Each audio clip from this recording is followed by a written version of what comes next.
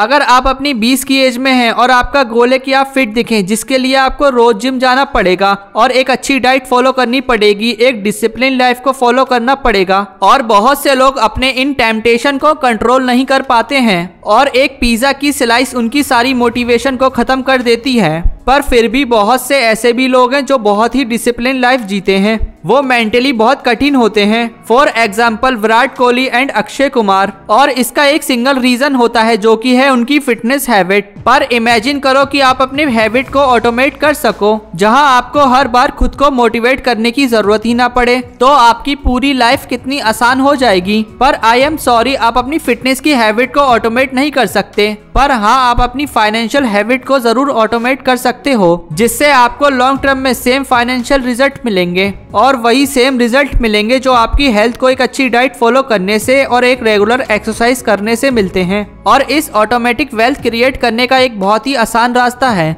जो है SIP यानी सिस्टमेटिक इन्वेस्टमेंट प्लान। दोस्तों यहाँ से वीडियो को पूरा एंड तक देखिएगा, बिना वीडियो को स्किप करे, तभी आप समझ पाएंगे SIP का जादू। सिस्टमेटिक इन्वेस्टमेंट प्लान SIP में आप एक इक्विटी फंड सेलेक्ट करते हो, जहां आप एक अमाउंट डिसाइड करते हो जो आप हर मंथ इन्वेस्ट करना चाहते हो। फॉर एग्जाम्पल, आप अपनी इन्वेस्टमेंट ऐप को इंस्ट्रक्ट करते हो कि हर महीने की 5 तारीख को चाहे उस स्टॉक्स का प्राइस कितना भी ज्यादा हो या फिर कम, आप 10,000 रुपए उस म्यूचुअल फंड या फिर इंडेक्स फंड में इन्वेस्ट करना चाहते हो, तो ये आपकी एक SIP क्रिएट कर देगा और ऑटोमेटिकली हर महीने की 5 तारीख को आपके अकाउंट से 10,000 रुपए डिडक्ट होकर इन्वेस्ट होने लगेंगे। अब ये सुनने में बहुत ही सिंपल कंसेप्ट लग रहा है और इसे करना भी बहुत सिंपल है, पर इसके रिजल्ट बहुत ही ऑसम है। पर बहुत सी ऐसी बातें जो आपको SIP में इन्वेस्ट करने से पहले ध्यान में रखनी चाहिए।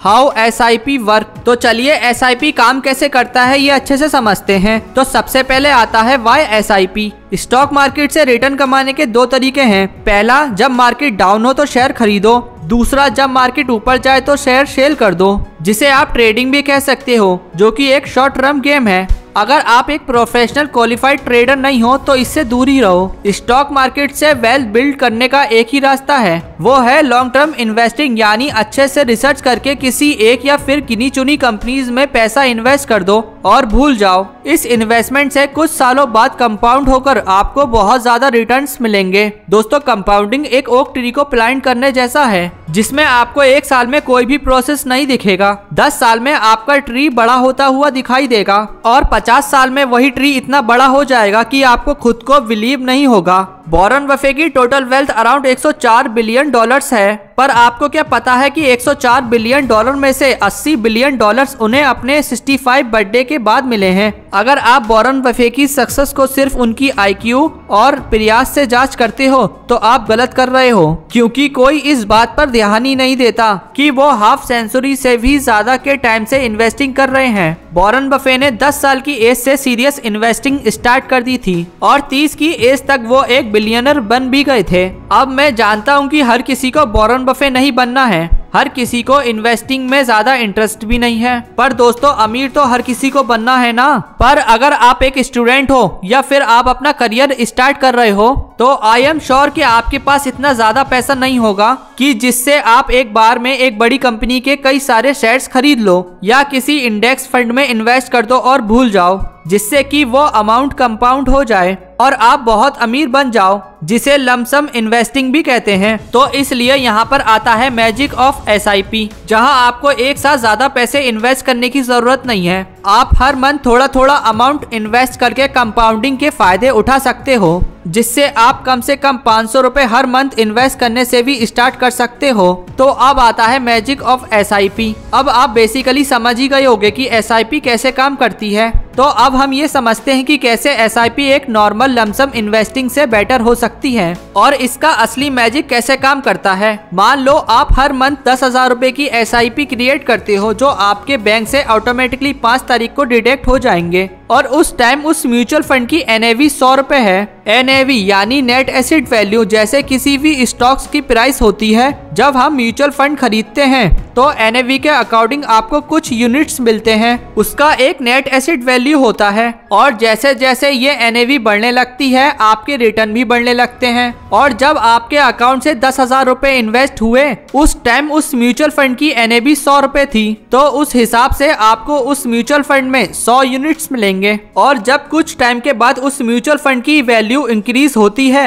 और उसकी NAV 200 रुपए हो जाती है, तो उस मंथ आपको 10,000 रुपए में केवल 50 यूनिट मिलेंगे। मतलब जैसे कि प्राइस इंक्रीज होता है तो आप ऑटोमेटिकली कम यूनिट्स खरीदते हो, और जैसे मार्केट नीचे जाता है तो आप सेम प्राइस में ज्यादा बाय करने लगते हो। जैसे मार्केट नीचे जाता है और उस म्यूचुअल फंड की NAV 50 रुपए हो जाती है और आप अभी भी 10,000 रुपए इन्वेस्ट कर रहे हो, तो इस बार आपको इन 10,000 रुपए से 200 यूनिट्स मिलेंगे। इसका मतलब यह है कि आप बिना मार्केट को प्रेडिक्ट करें जब मार्केट नीचे जाता है तो आप ऑटोमेटिकली ज्यादा बाय करने लगते हो, और जब मार्केट ऊपर जाता है तो आप कम बाय करने लगते हो। यानी आप बिना कुछ करे ही वॉरेन बफे के रूल को फॉलो कर रहे हो, जो कहते हैं जब हर कोई लालची हो जाए तो डरो और जब सब डरपोक हो जाए तो लालची बनो।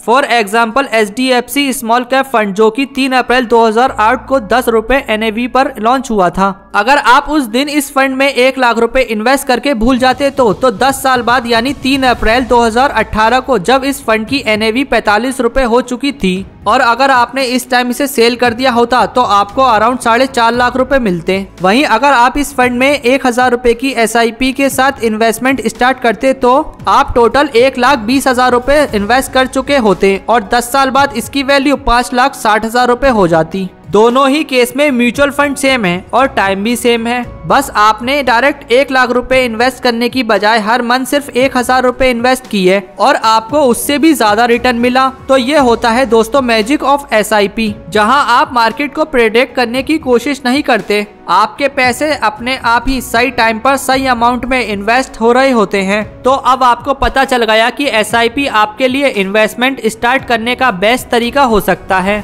पर साथ ही अगर आप सोच रहे हो कि आप कैसे अपनी SIP की जर्नी को स्टार्ट कर सकते हो, तो उसके लिए भी एक बेस्ट ऑप्शन है, और वो है how to choose the right fund. SIP तो एक सिस्टम है जिसमें आप हर महीने ऑटोमेटिकली पैसे इन्वेस्ट करते हो, पर उससे भी कई ज्यादा इम्पोर्टेंट ये है कि आपका पैसा कहाँ इन्वेस्ट हो रहा है।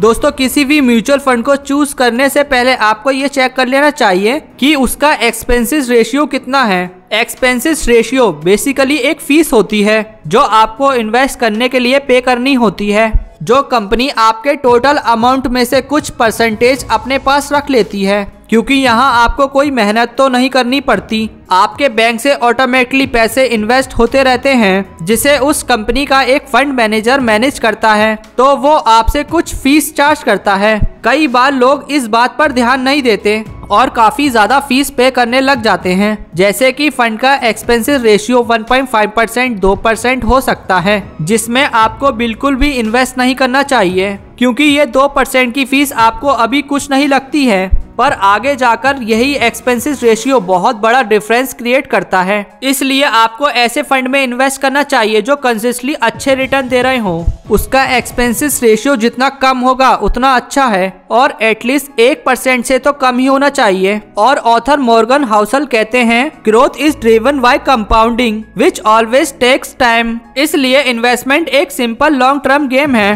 पर अगर आप इन्वेस्टमेंट से झटपट पैसा बनाना चाहते हो तो वो SIP से तो पॉसिबल नहीं है। साथ ही SIP में इन्वेस्ट करते टाइम आपको एग्जिट लोड का भी ध्यान रखना चाहिए, जहां कहीं म्यूचुअल फंड्स आपके पैसे विड्रॉ करने का भी चार्ज करते हैं, जो जनरली 0% से 1% के बीच में होता है। और साथ ही टैक्स, क्योंकि अगर आप 1 साल से पहले अपने पैसे विड्रॉ कर लेते हो तो आपको short term capital gain tax पे करना होता है, जो कि 15% होता है। अगर आप 1 साल के बाद सेल करते हो तो आपको long term capital gain tax पे करना होता है, जो कि अराउंड 10% होता है। तो कोई भी SIP क्रिएट करने से पहले इन सभी बातों का ध्यान रखें। अब आता है next point, invest with discipline for very long term. हर किसी को एक मैजिक फॉर्मूला चाहिए, एक सिक्योरिटी चाहिए जहां उन्हें कोई बता दे कि आपको ये करना है और आप अमीर बन जाओगे। पर दोस्तों वो मैजिक फॉर्मूला आप खुद ही हो।